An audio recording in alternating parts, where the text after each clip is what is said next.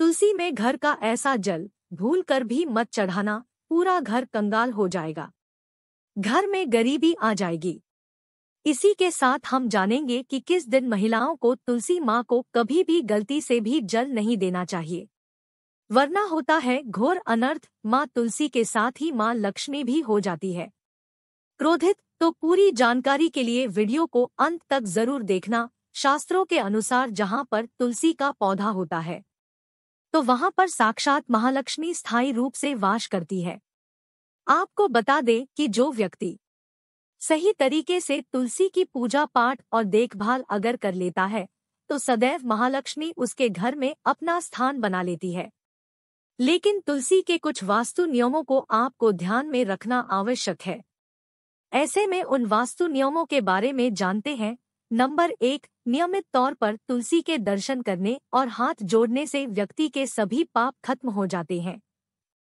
ऐसे में उसके अंदर एक नई ऊर्जा का संचार होता है जो उसे कामयाब बनाती है। नंबर 2, शास्त्रों के अनुसार तुलसी माता अगर जिस व्यक्ति पर मेहरबान हो जाए तो उसे रंग के राजा बना देती है। इसीलिए माता लक्ष्मी की सच्चे दिल से जो व्यक्ति पूजा पाठ करता है उसे उसका फल अवश्य मिलता है। नंबर 3, तुलसी के पौधे में प्रतिदिन पूजा पाठ और शाम को दीपक जलाने से व्यक्ति की सभी इच्छाएं पूरी होती है। नंबर 4, यदि आपका कारोबार काम चलता है या पूरी तरह से ठप हो गया है तो ऐसे में आप परेशान न हो।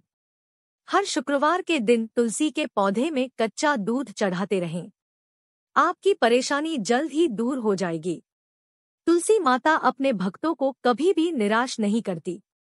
नंबर 5, जहां पर स्थायी रूप से निर्मित और पर तुलसी में दीपक जलता है तो भूल कर भी भूत प्रेत आत्मा उस घर में भटकती भी नहीं है, बल्कि जहां पर तुलसी का पौधा लगा होता है तो उस घर से नकारात्मक ऊर्जा कोसों दूर रहती है।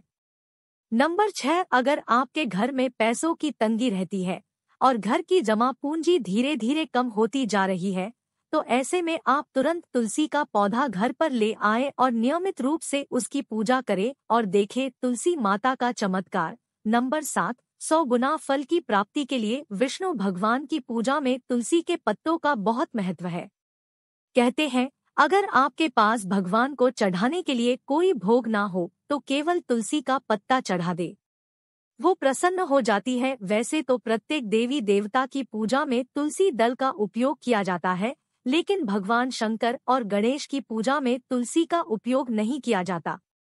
नंबर 8, अगर आपके बच्चे को किसी की बुरी नजर लगी है तो उसे बचाने के लिए तुलसी के 7 पत्ते और 7 काली मिर्च के दाने मुट्ठी में लेकर बच्चे के सिर से पैर तक 7 बार उतार कर घर के पीछे की तरफ रख दे, सब ठीक हो जाता है।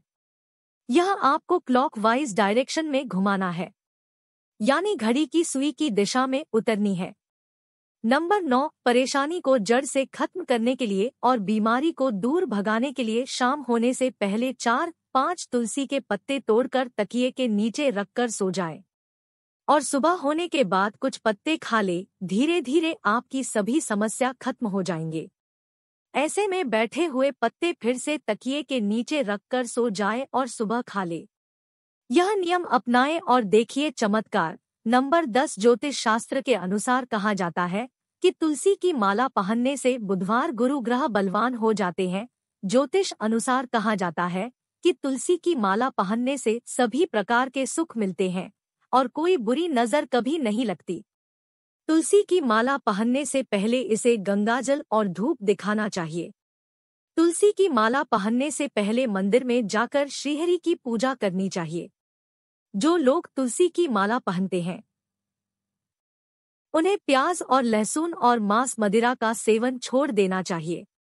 नंबर 11, यदि आपका हर कार्य असफल हो जाता है तो ऐसे में आप तुलसी के पौधों की जड़ को लेकर उसे गंगा जल से धो लें। इसके बाद ही इसकी ठीक तरह से पूजा करें और फिर पीले कपड़े में बांध कर रख दे। धीरे धीरे आपकी सभी समस्याओं का अंत हो जाएगा।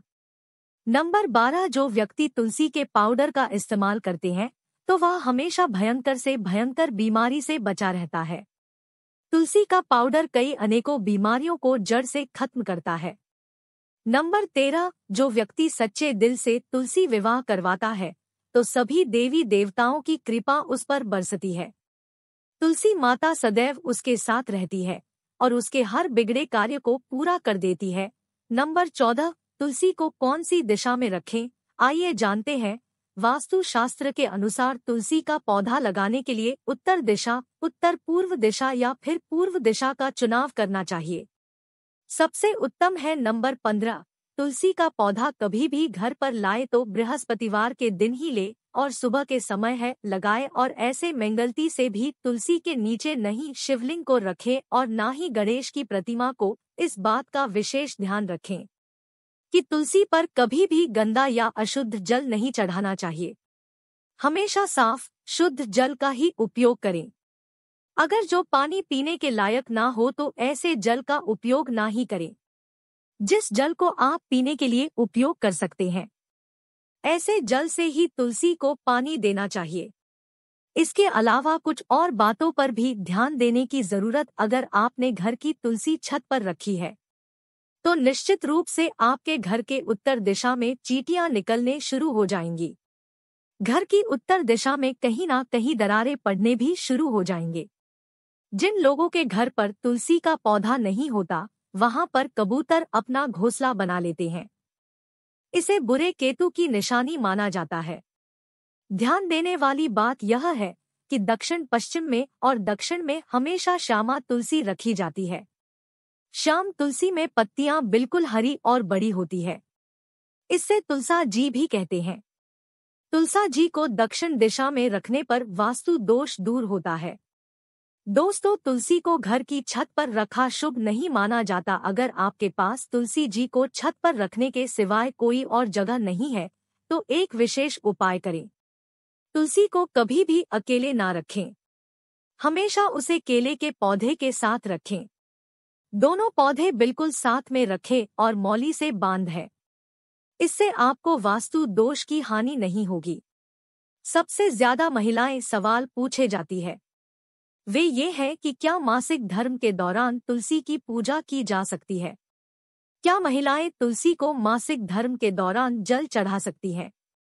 तो चलिए इसके बारे में भी जान लेते हैं। दोस्तों, मासिक धर्म के दौरान औरतें अपवित्र होती है और इसीलिए मासिक धर्म के दौरान कुछ काम ऐसे हैं जो नहीं करनी चाहिए। जैसे अचार को हाथ नहीं लगाना चाहिए, वह खराब हो जाता है। मंदिर नहीं जाना चाहिए, चौराहे पर नहीं जाना चाहिए क्योंकि इससे बुरी नजर लगती है। ऐसे ही पौधों में पानी भी नहीं देना चाहिए, इससे पौधे सूख जाते हैं और कोई भी धार्मिक कार्य भी नहीं करनी चाहिए। इसीलिए आपको मासिक धर्म के दौरान तुलसी को जल भी अर्पण नहीं करना चाहिए। तुलसी व्रत भी नहीं करना चाहिए। तुलसी के पास नहीं जाना चाहिए वरना तुलसी का पौधा सूख सकता है। तुलसी अपवित्र हो जाती है। तुलसी की पवित्रता का खास ख्याल रखा जाना चाहिए। मासिक धर्म के दौरान चौथे दिन स्नान करने के बाद ही आपको कोई धार्मिक कार्य करना चाहिए। दोस्तों, वीडियो में दी गई जानकारी अगर आपको अच्छी लगी, वीडियो को लाइक करना, चैनल को सब्सक्राइब करना मत भूलना। मिलते हैं अगली वीडियो में। बहुत बहुत धन्यवाद।